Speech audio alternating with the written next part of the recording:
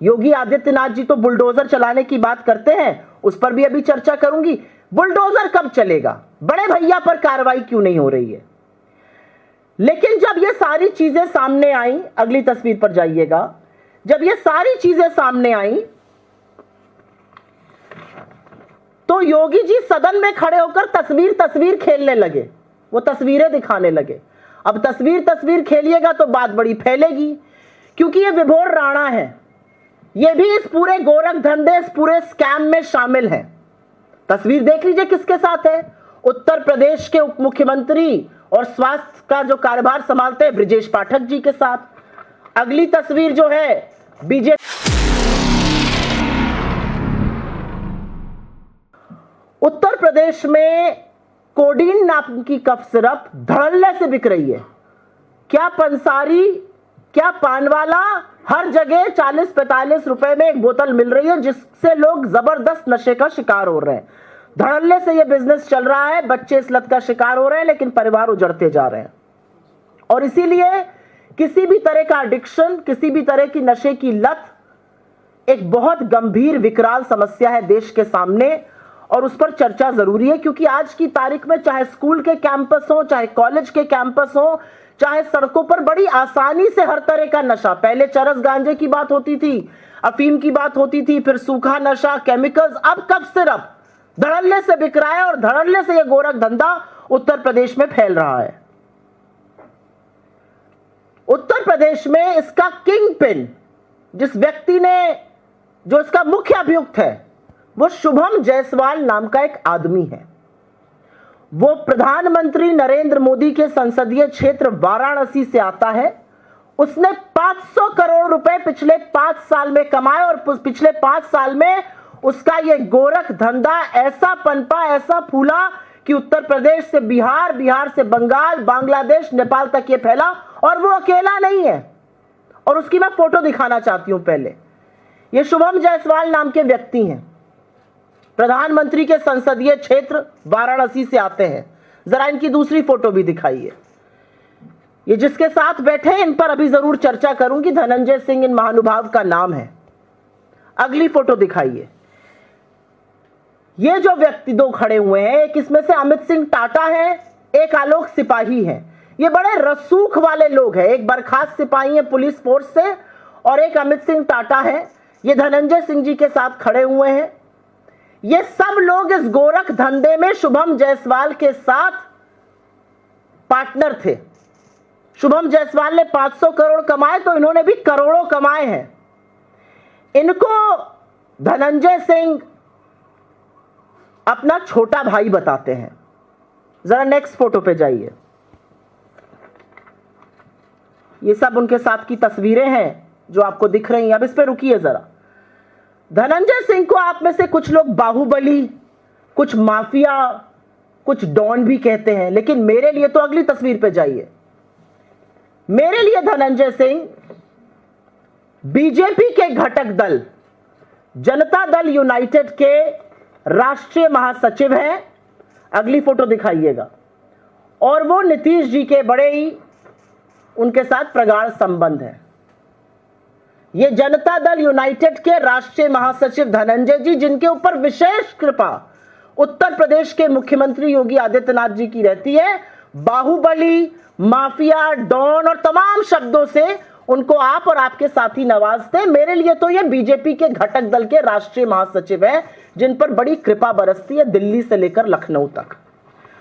तो धनंजय जी इन सब लोगों को अपना छोटा भाई बताते हैं। एक बार नहीं, टीवी चैनल पर भी आके कह रहे हैं वो मेरे छोटे भाई हैं। अब बात शुरू होती है कि हर बात पर धमकी देने वाले योगी आदित्यनाथ जी छोटे भाइयों पर कार्रवाई कर रहे हैं, बड़े भैया पर कार्रवाई कब होगी। योगी आदित्यनाथ जी तो बुलडोजर चलाने की बात करते हैं, उस पर भी अभी चर्चा करूंगी। बुलडोजर कब चलेगा, बड़े भैया पर कार्रवाई क्यों नहीं हो रही है। लेकिन जब ये सारी चीजें सामने आई, अगली तस्वीर पर जाइएगा, जब ये सारी चीजें सामने आई तो योगी जी सदन में खड़े होकर तस्वीर खेलने लगे, वो तस्वीरें दिखाने लगे।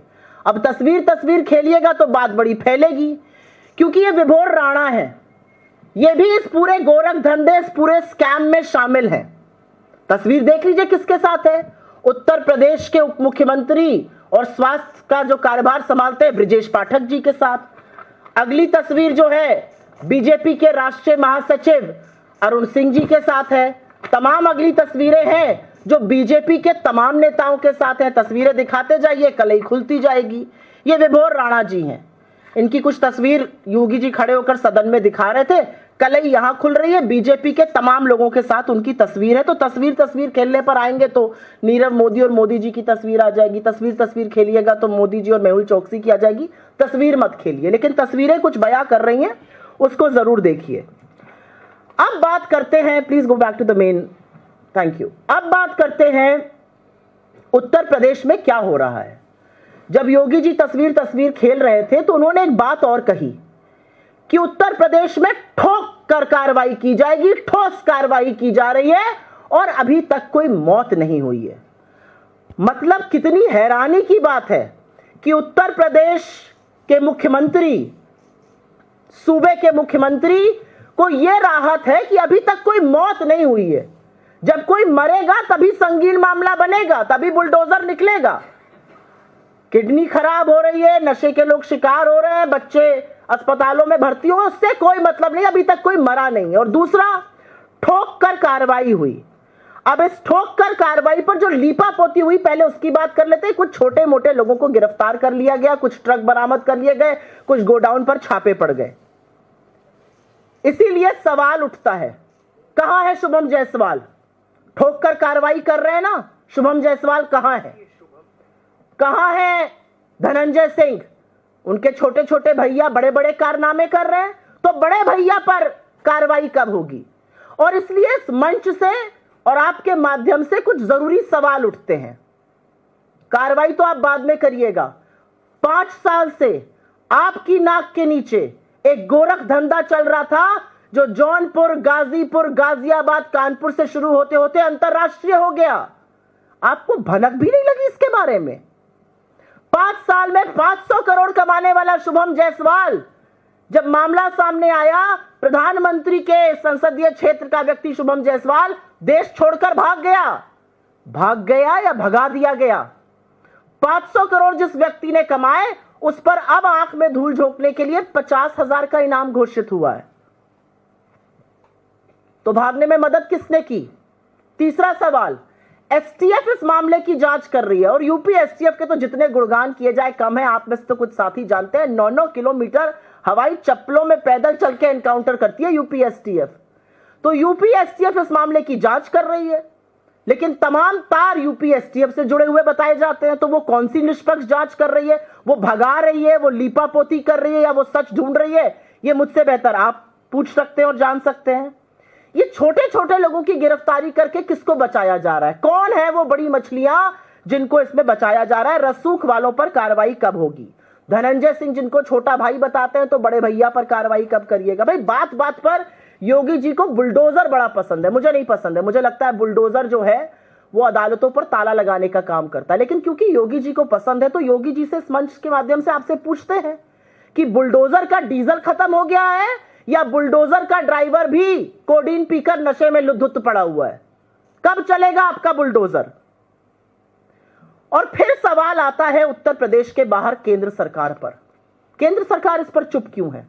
इतना गोरख धंधा फैल रहा है, केंद्र सरकार ने मौन क्यों धारण किया हुआ? और यह मैं बिना कारण केंद्र सरकार को इसमें नहीं घसीट रही हूं। कफ सिरप का बनना, उसकी बिक्री जितना राज्यों में होती है, राज्यों की जिम्मेदारी है, उतनी ही इसमें केंद्र सरकार का रोल है। केंद्र सरकार के 2 मंत्रालय, family health and family welfare और केमिकल एंड फर्टिलाइजर मंत्रालय की इसमें बड़ी भूमिका होती है। कौन है इस देश का केमिकल और फर्टिलाइजर मंत्री? बीजेपी के राष्ट्रीय अध्यक्ष, जिनकी अब रुखसती होने वाली है, जेपी नड्डा जी। क्या आपने जेपी नड्डा जी के मुंह से एक शब्द सुना इस पूरे मामले पर? क्या बीजेपी के केंद्रीय मंत्रियों ने, केंद्रीय सांसदों ने, प्रवक्ताओं ने, बददिमाग नेताओं ने जो लपक लपक कर कैमरे पर बाइट देने के लिए आतुर रहते, क्या उन्होंने कहा कि यूपी में धनंजय सिंह और बाकी लोगों को क्यों बचाया जा रहा है? यूपी में कार्रवाई क्यों नहीं हो रही है? शुभम जायसवाल कैसे भाग गया? जिस मंत्रालय के अधीन कफ सिरप आता है वो भी मानो कफ सिरप पीकर सुप्त पड़ा हुआ है। क्यों चुप है जेपी नड्डा? क्योंकि असलियत यह है कि उत्तर प्रदेश में बुलडोजर जाति, धर्म और खास तौर से उपनाम देखकर चलता है। उत्तर प्रदेश में बुलडोजर विशेष समुदाय के खिलाफ चलता है, गरीबों के खिलाफ चलता है, रसूख वालों पर विशेष कृपा रहती है, उनको संरक्षण प्राप्त रहता है। और इससे पहले कि मैं माइक अपनी सहयोगी साधना भारती जी को दूं, दो बातें यहां पर कहनी और जरूरी हैं, और वो बातें कफ सिरप की अवैध बिक्री के बाहर, कफ सिरप के अवैध तरह से बिकने और सरकारों ने जिस तरह से उसका दुरुपयोग किया उस पर भी है। ये पूरा स्कैम है कफ सिरप का एक, और पूरा देश इसमें लिप्त पाया जा रहा है। चाहे वो मध्य प्रदेश हो जहां पर एक कफ सिरप अवैध रूप से खरीदी गई, कोल्ड ड्रिफ, आपको नाम याद होगा, 25 बच्चों की मौत हुई थी। और आपको याद है कि कैसे राजस्थान में तमाम मानक फेल हो गए थे, फिर भी कफ सिरप मुख्यमंत्री योजना में शामिल थी, तब भी नड्डा जी चुप थे, तब भी इस देश का स्वास्थ्य मंत्री चुप था। क्यों चुप थे आप? 25 बच्चों की मध्य प्रदेश में मौत होती है, 9 बच्चों की राजस्थान में मौत होती है, आप चुप क्यों हैं? केंद्र सरकार चुप क्यों है?